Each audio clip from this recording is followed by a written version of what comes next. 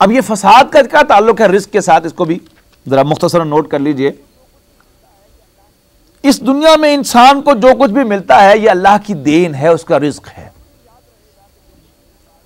और जब तक इंसान को ये याद रहेगा कि जो कुछ मेरे पास है ये अल्लाह की देन है, उसमें कभी बगावत पैदा नहीं होगी।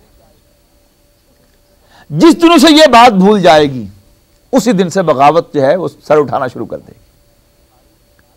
हज़रत मूसा अलैहिस्सलाम ने कारून से कहा था ना, हम इंशाअल्लाह सूरह क़सस में जाकर वो तफसील के साथ पढ़ेंगे। उसे कहा था कि अल्लाह ने तुम्हें जो माल अता किया है इसमें से खैर कमाया करो, इस माल को गरीबों पर और मोहताजों पर खर्च करके। तो उसने कहा था ये बीच में अल्लाह मियाँ कहाँ से आ गए? ऊती तो अला इल्मिन इंदी, ये तो मैंने अपने इल्म की बुनियाद पर, अपने तजर्बे की बुनियाद पर, अपने फैसलों की बुनियाद पर, right decision at the right time, यही कहा जाता है ना बिजनेस में कि बिजनेस के की क्या है, right decision at the right time. तो मेरा इल्म है जिसकी बुनियाद पर मैंने मेरा बिजनेस चमका है और मैंने कमाया है, ये बीच में अल्लाह कहां से आ गए? तो रिस्क का जब तक ये एहसास इंसान को रहेगा कि मेरे पास मेरा माल, मेरी औलाद, मेरी सलाहियतें, मेरी तवानाइयां, मेरे टैलेंट्स, ये मेरी कमाई नहीं है बल्कि अल्लाह की देन है, तो इंसान में गफलत कभी पैदा नहीं होगी। तो वला तासौ कुलू वशरबू मिन रिज़्क़िल्लाह, अल्लाह के दिए हुए में से खाओ और पियो। वला तासौ फिल अर्दि मुफ़सिदीन, और जमीन में फसाद बर्पा न करो। वइज़ कुल्तुम या मूसा, और जब तुमने कहा ए इसराइलियो, ए बनी इसराइल, ए मूसा अलैहिस्सलातु वस्सलाम, लन नस्बिरा अला ताअमिन वाहिदिन, इसलिए कि मन्नो सलवा नाजिल हो रहा था, एक ही किस्म का खाना था। अब इनके नखरे शुरू हुए कि नहीं नहीं, अब तो हम एक किस्म का खाना खा के बोर हो गए, ये मोनोटनी जो है ये सही नहीं है, तो कुछ चेंज आनी चाहिए।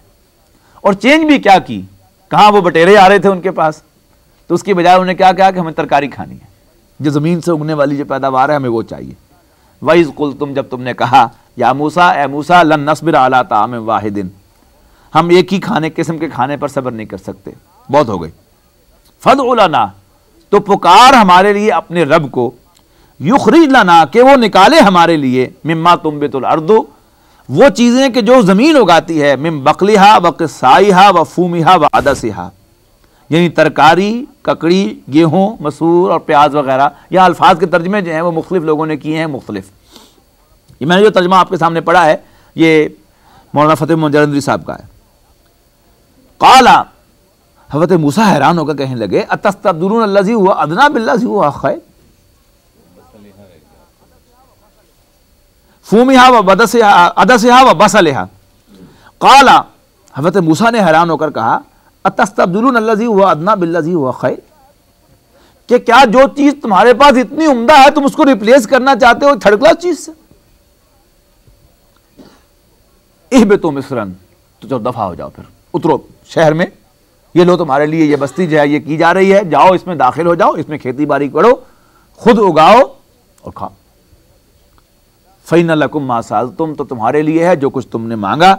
व दुरिबत अलैहिमुज़्ज़िल्लतु वल मस्कनतु व बाउ बिग़ज़बिन मिनल्लाह, तो उन पर थोप दी गई, दे मारी गई उन पर जिल्लत, तंग दस्ती और मस्कनत, हेल्पनेस इंसान का हो जाना, या बिल्कुल बेहिम्मत हो जाना, ये मस्कनत होती है।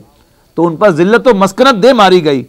व बाउ बिग़ज़बिन मिनल्लाह, और वो अल्लाह के गज़ब का, अल्लाह के गुस्से का निशाना बन गए। यही वो अल्फाज है जिसका मैंने हवाला दिया था सूरह फातिहा के अंदर, गैरिल मग़ज़ूबि अलैहिम। तो मग़ज़ूबि अलैहिम कौन है? कुरान की इस्तिलाह में यहूदी, बनी इसराइल।